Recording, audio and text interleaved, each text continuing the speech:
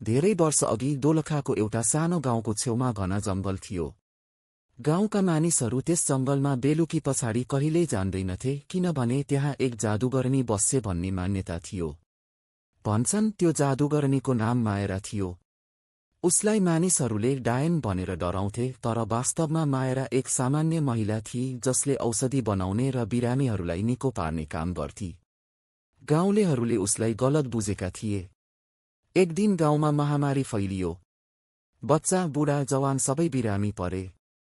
कसैले निको भएन। अन्ततः गाउँलेहरूले मायरा कहाँ गएर सहायता मागे। मायराले मुस्कुराउँदै भनिन्, तिमीहरूले मलाई डायन भन्यौ, तर म त केवल उपचार गर्ने मान्छे हुँ।